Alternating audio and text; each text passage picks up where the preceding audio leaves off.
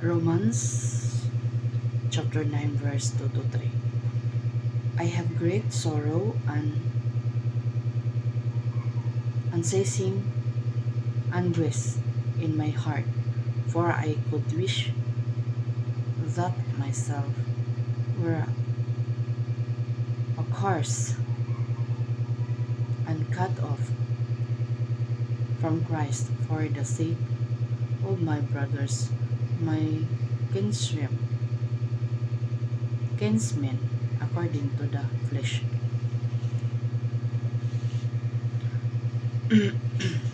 God alone sees the big picture.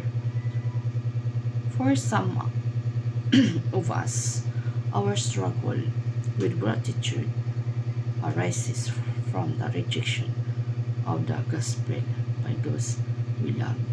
This sorrow is the same as that which we see Paul experiencing in Romans 9 as he thinks about his Jewish kinsmen. This anguish is right and biblical when we long for non-believers to come to know Christ. Ang mga wala panangalagad sa Ginoo, mga unbeliever tawagan ano.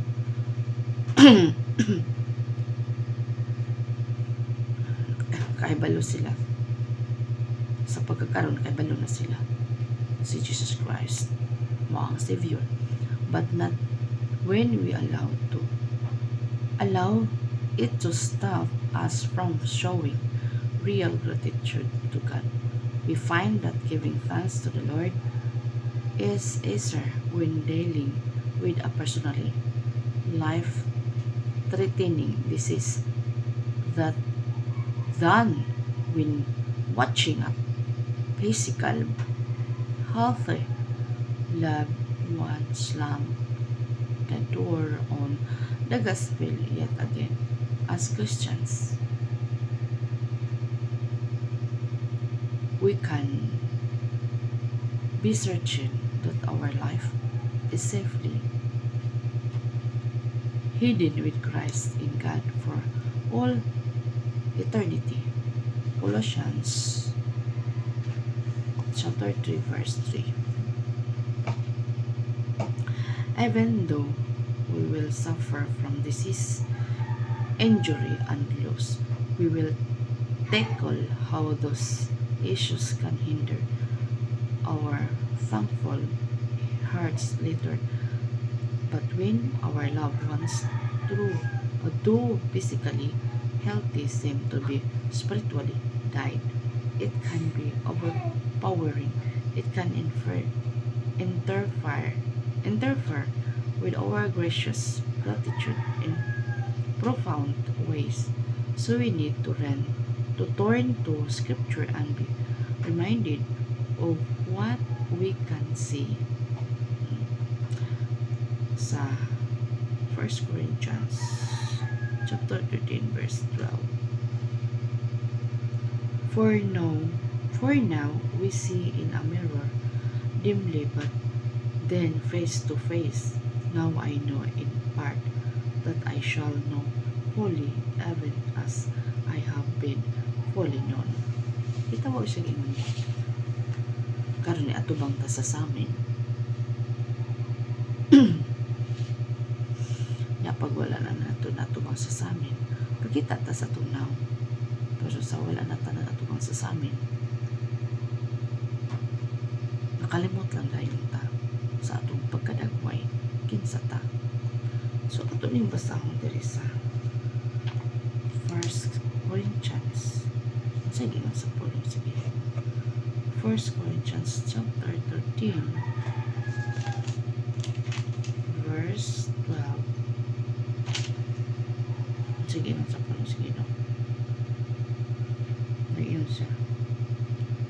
Karon mura kita nagatan-aw sa salamin nga hanap apan maabot ang adlaw nga maklaro gayud ang tanan.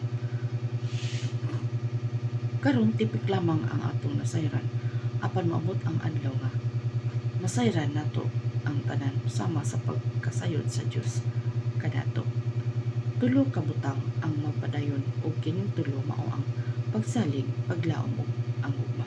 Apan ang gugma mao gayon ang labing mahinungdanon. Okay. Mag-atubang ta sa salamin. Maghanap no. Wala klaro pero moabot sa panahon, sa katapusang panahon, ang katong murag dili kay klaro, maklaro na. No? Maklaro na. O kaning tipik lang nga ato na sayran ba.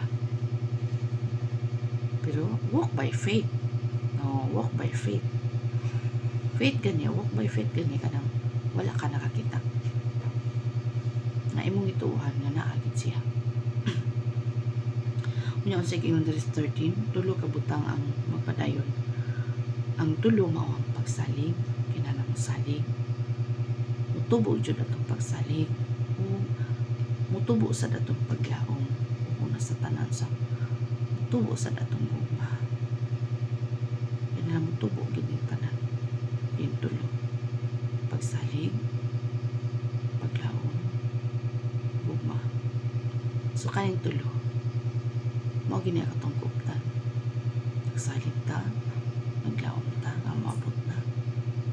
Ug ang gugma. Kay kung kini man gud ang tulo. Ug una sa tanan, mupairal ang gugma. Wala gid tawo mapatay yung tawo. Una kay gugma. Kanang gitawag siya ng still humble. Dili jud ka mahimo nga still humble ka. Kung pirmi lang kang nasuko, pirmi lang irita imong utok, pirmi lang isog imong utok, dili ka makastay humble. Dili nimo maistaran ba nga stay humble kung permanente lang jud ka. Ang kanibitang daotan no, hisguta. Dili gina sila mohunong ug pagdaot. Padauton imong kinabuhi. Di sila mohunong.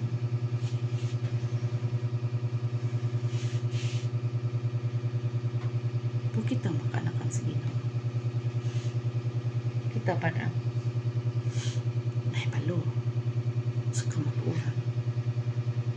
Ato na silang iampo, hinaot, malamdagan ilang una-una. Na dayon, atong iklim sa Ginoo, walay hinagiban nga napurma ka na to. No? Walay hinagiban nga napurma ka na to. Walay hinagiban nga napurma ka na to. Walay hinagiban sa pangalan ni Jesus, by the blood of Jesus. Walay makabuhat o daw tayo kanimo. Pero, gitawag sa inyong baka. Ang katong mga apostoli sa unang panahon, itong mga katawan na nangalagad ng Diyos. Wala ba ito sila kaipsot sa mga hinagiban. Pero ato lang yun kalimon ang pulong sa Ginoo. Wala hinagiban na napurma ka na to. Ato lang gini-prayer. Huwag atong kalimon ka nun na sa Ginoo. Lord, salamat. Wala dyan hinagiban na purma ka na mo. Imong magpadaligdan Ginoo. Na dili pa may mga matay, amo pang ipayag imong mga pulong. Amo pa ipayag imong mga buwan. Asa man nato makita.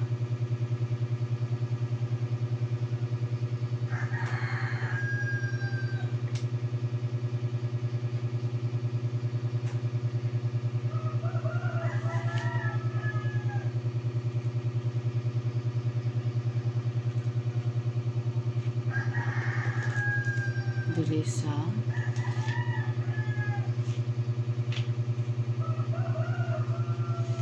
Salmo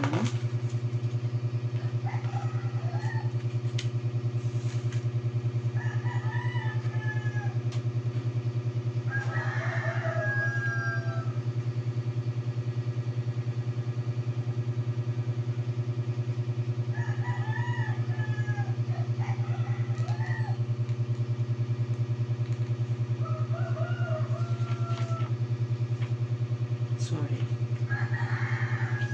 Ano daw ito si Isaias?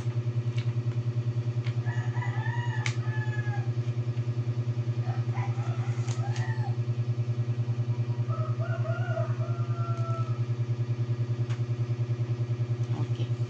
So, na ano na wala na ko natin no. So, wala hinagiba na porma ka na to. Di pa ta mga mata ato panghayag mga buhat sa Ginoo. Balikon niya po na ko, sumunin siya na ang programa para ato ipahayag kung kinsa ang Ginoo sa atong kinabuhi. Si Jesus Christ, dito siya siyang gingharian ni Baba siya dito sa kalibutan para pagtubos ka naman ka na.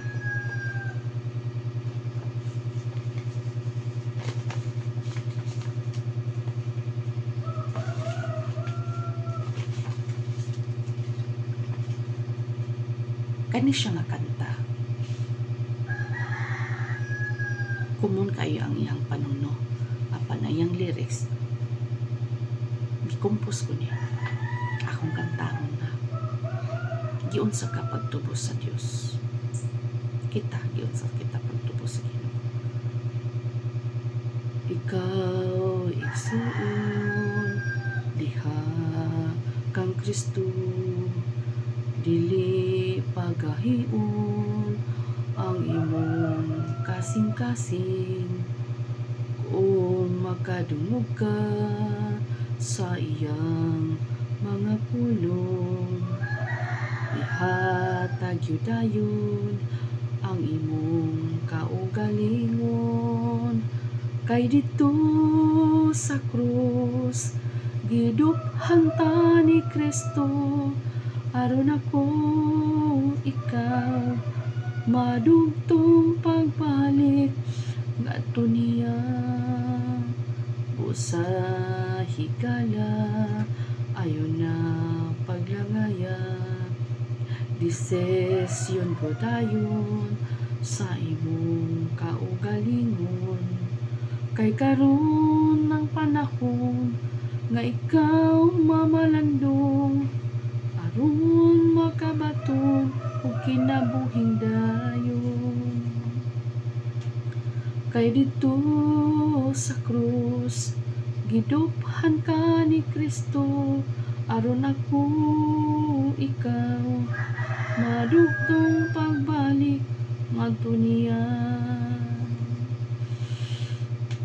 Higala igsoon ko diha kang Kristo wala na'y sibugay bisan pag mga matay dili man gyud sayon ang atong kinabuhi ang atong pag-alagad ngadto niya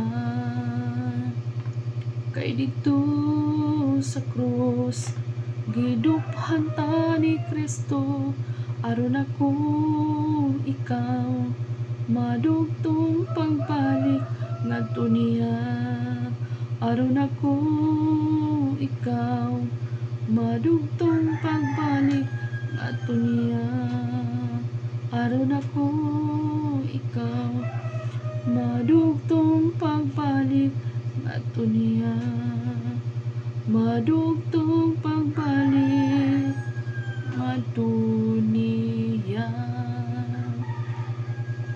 Ikaw ug ako